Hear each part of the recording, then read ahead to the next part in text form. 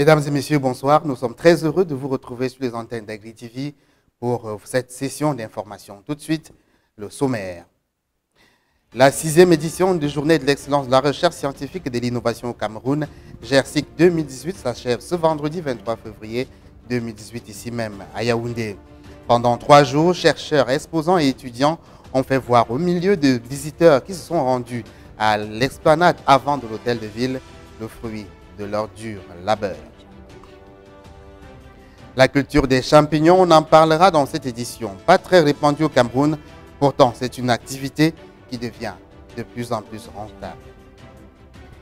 Gentum africanum, c'est l'autre nom que l'on donne à l'ocoque, une plante très prisée au Cameroun qui sort peu à peu de nos forêts pour se retrouver dans nos champs.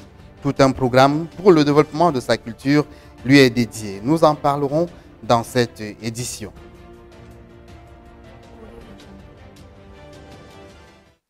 Bon début de week-end et bienvenue à tous. Nous vous le disions en titre, la 6e édition des Journées de l'excellence de la recherche scientifique et de l'innovation du Cameroun, GERSIC 2018, s'achève ce vendredi 23 février 2018, ici même à Yaoundé.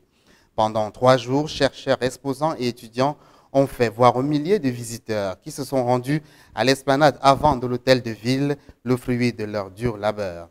En ce jour de clôture, le programme des activités prévoyait depuis 19 h et ce jusqu'à 21 h la grande nuit de l'excellence scientifique et de l'innovation avec pour point d'orgue la remise des différents prix aux participants qui se seront distingués par leur génie. Les GERSIC ont aussi offert cette année les innovations qui sont allées chercher dans la révolution alimentaire. Le jus de piment et le jus de cola sont des nouveautés à inclure désormais dans les habitudes alimentaires. Ces pépites ont été présentées à l'esplanade de l'hôtel de ville de Yaoundé, des heures avant la clôture de cette 6e édition des Journées d'excellence de la recherche scientifique et de l'innovation. Nicolas Bessolo et André Marimbida. La cola, nous l'avons découvert sucrée, onctueuse et succulente.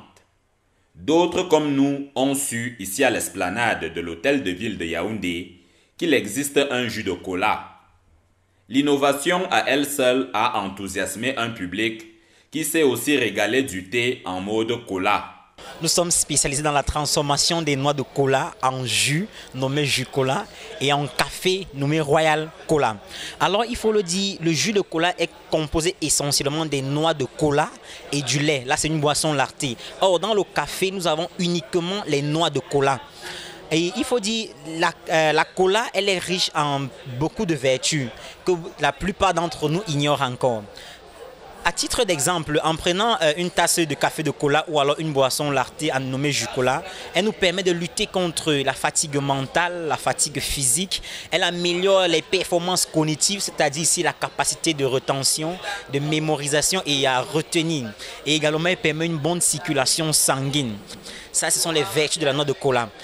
Et déjà, dans le circuit de production, il faut le dire, nous torréfions, nous écrasons les noix de cola et par la suite, nous les torréfions pour avoir du café de cola. Et le jus, nous brassons les noix de cola et nous les mélangeons au lait et quelques produits chimiques pour faire le jus de cola. L'exquisité de cette boisson a suscité plus d'une question auprès de ses dégustateurs que rien ni personne n'éloignait des échantillons. Notamment celle relative à la disponibilité du jus de cola dans les marchés de Yaoundé, une fois que l'étape de l'usine est passée. Jusqu'ici encore, le jus de cola se distribue pour le moment uniquement dans le quartier Mangué et Etoudi. Pour la simple raison que la production est encore artisanale, nous n'avons pas encore des moyens pour produire en grande quantité.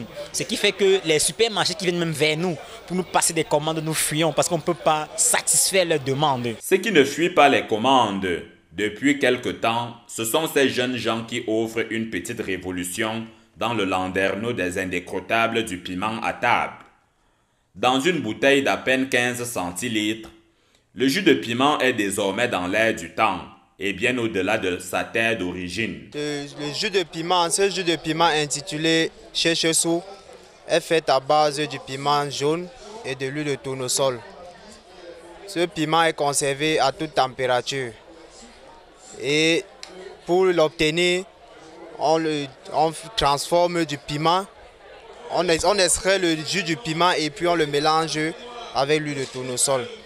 Bon, l'objectif, c'est qui nous a poussé à transformer ce piment, c'était pour faciliter la consommation à table, pour permettre aussi aux personnes allergiques au piment de ne plus les toucher, parce que vous savez, il y a des gens que quand ils touchent le piment, subitement ils ont des allergies. Toujours de cet exposant, nous apprendrons le vertueux apport du piment dans sa formule liquide auprès de ceux qui en sont friands. Son avantage, c'est que il est riche en vitamine C, le piment d'abord, et l'huile de tournesol qui lui est associée lutte aussi contre la maladie qu'on appelle la prostate. Ce piment est produit à l'ouest. Un dernier rappel avant de vous quitter. Souvenez-vous qu'il s'agit du jus de piment et non d'une bouteille de bière. Sinon, c'est dans un bloc opératoire que vous assimilerez le conseil. Toujours dans les stands des GERSIC, nous vous convions à découvrir des innovations qui, grâce à ce qui est tiré du sol, embellissent considérablement votre confort personnel. Permettez-nous de vous présenter ce soir des chaussures faites à base de feuilles de bananier. Cette curiosité vous épatera certainement autant que les récentes prouesses sorties des usines de la mission de promotion des matériaux locaux, Nicolas Bessolo et d'André Marimbida. Ceux qui ont vu ces chaussures ont tout de suite su que voilà ce qui aurait séduit Tarzan. Quand la fabrication de chaussures s'associe à ce qui reste du feuillage d'un bananier, c'est une innovation que vous trimballerez aux pieds. Il y a aussi cette allure pirate des bananeraies qui suscitera l'admiration du public à chacun de vos passages. Un sac à dos, un chapeau et un portefeuille dont la joliesse s'inspire de ces feuilles qui assurent imperméabilité et solidité à ces péniches. Cette matière que j'utilise, c'est de la matière végétale. Cela est baptisé par ceux qui mettent cela en œuvre bio-végétal. C'est un art à caractère représentatif du milieu naturel. Cela nous procure des accessoires décoratifs et des accessoires vestimentaires.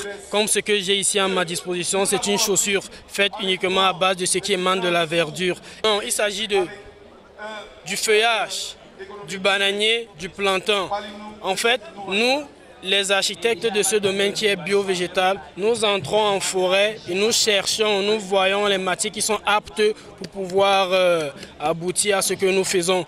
Au-delà de l'enchantement que procure le confort de ces chaussures, il y a un apport que l'on veut indispensable pour la survie environnementale. Bio-végétal d'abord, c'est de l'art, mais qui en quelques mots dit l'expression du beau sur l'utile. Et vous voyez sa particularité ici, c'est que elle apporte une lutte contre la climatisation à travers l'usage d'une matière biodégradable. Puisque, vu les profondes recherches que nous menons, nous pouvons avoir l'obtention des emballages qui seront biodégradables, plus économiques, et avec cela, ça pourra diminuer le taux de pollution avec le temps. Plus loin, les innovations de la mission de promotion des matériaux locaux sont soucieuses de la délicatesse de votre argenterie et enguirlandent joliment vos commodes. Tout ce que vous regardez à l'instant est une illustration de ce que vaut la terre que l'on creuse et que l'on pétrifie dans ce moule. Une inventivité remarquable à côté de laquelle sont posés les véritables stars de ce stand. Des pierres auxquelles l'on attribue l'efficacité qu'il faut pour vos prouesses architecturales.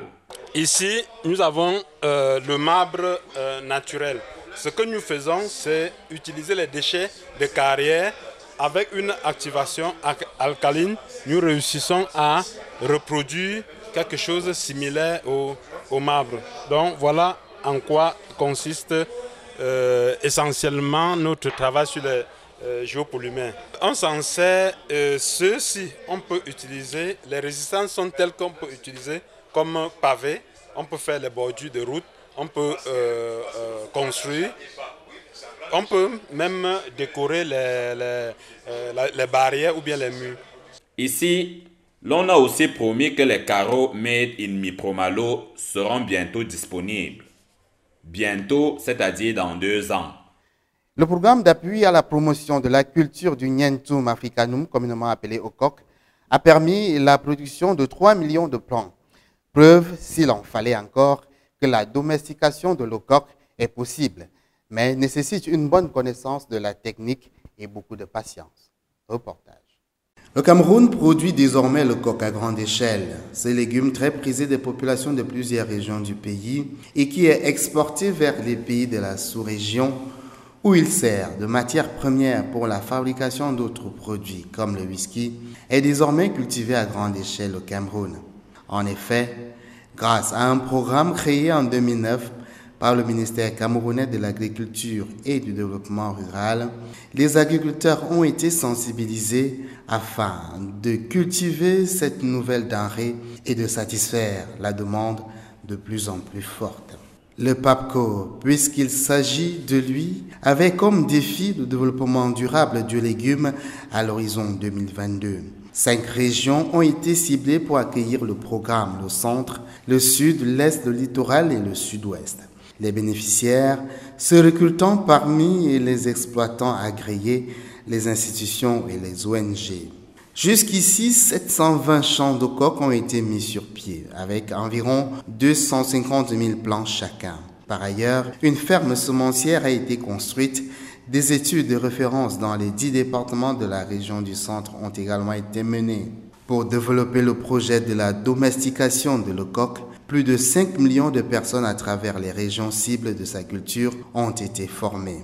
Ils sont donc nombreux à souhaiter la hausse de la production de l'ocoque, en commençant par les consommateurs pour qui la denrée devient incontournable sur les tables, mais aussi et surtout pour tous ces commerçants et revendeurs qui en ont fait l'objet de leur commerce. Un commerce qui, malgré bon gré, nourrit son homme. Pour répondre à la forte demande en ocoque, le PAPCO a donc mis sur pied des stratégies visant à combler la demande en mettant l'accent sur la production des plants, mais également en construisant des centres de production des plants de coq de haut standing, à l'instar de celui de Monatélé dans le centre, où 60 000 plants ont été obtenus.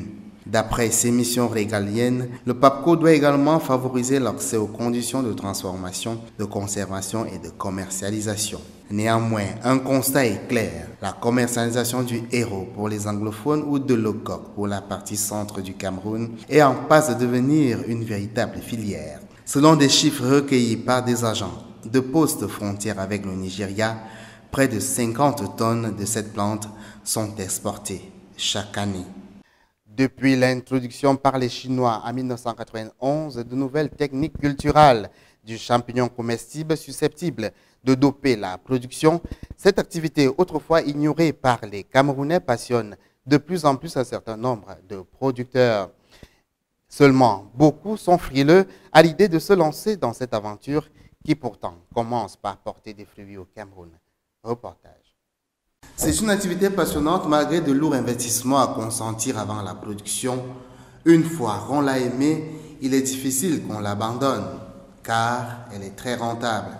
En effet, malgré le faible taux de production des champignons au Cameroun, soit 60 tonnes l'an en 2015, ceux qui se sont lancés dans cette activité se frottent les mains. Vendu au bord des routes, des marchés ou dans des supermarchés, le champignon s'affirme aujourd'hui comme faisant partie des habitudes culinaires des Camerounais. Dans des restaurants et des hôtels, il fait de plus en plus partie des plats prisés et recommandés par les clients. La culture des champignons est encore embryonnaire dans notre pays. Elle n'est même pas encore à sa phase de gestation parce qu'il n'y a pas une véritable politique de dynamisation de la filière, malgré l'existence des projets de développement de cette denrée. Jusqu'à ce jour, les actions du projet champignon, qui est un démembrement du ministère de l'Agriculture et du Développement rural, sont peu visibles à l'échelle nationale. D'autre part, les agriculteurs tardent encore à comprendre les biens fondés de la culture des champignons, une chose qui pourtant pourrait largement améliorer leurs revenus. Le champignon, en plus d'être une plante économiquement rentable, est un excellent complément nutritionnel au vu de son potentiel élevé en vitamine B, en calcium, en magnésium, en potassium, en ergostérol, encore appelé provitamine D. Les avantages de la myciculture sont multiformes. C'est une culture de peu d'espace, encore appelée agriculture intensive, parce qu'on produit sur peu d'espace et on gagne gros. C'est une culture de peu de temps. 3 semaines seulement après l'ensemencement, vous pouvez commencer les récoltes en moins d'1 mois. Investissement relativement bas en fonction des moyens et de l'ambition des myciculteurs. En plus, l'activité est rentable. Vous pouvez produire jusqu'à 10 kg de champignons frais au mètre carré et plus. On n'a pas besoin de calendrier agricole car la culture se pratique à tout temps et sur presque toutes les régions du Cameroun. Il s'agit de l'agriculture hors sol, donc pas besoin d'effectuer les opérations agricoles classiques qui sont le défrichage, l'abattage, le binage, le butage et j'en passe. Pas besoin d'aller en campagne pour pratiquer la culture des champignons parce que demandant peu d'espace, elle se pratique aussi bien en zone urbaine qu'en zone périurbaine.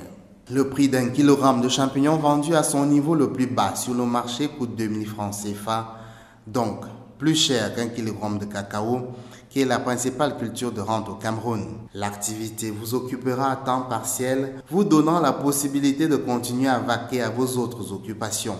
En termes d'opportunités, la myciculture est un véritable vivier de création de richesses et d'emplois. Un domaine capable d'accueillir tous ces jeunes en quête de lendemain meilleur. Voilà donc un véritable filon pour tous ceux qui veulent se développer assez rapidement.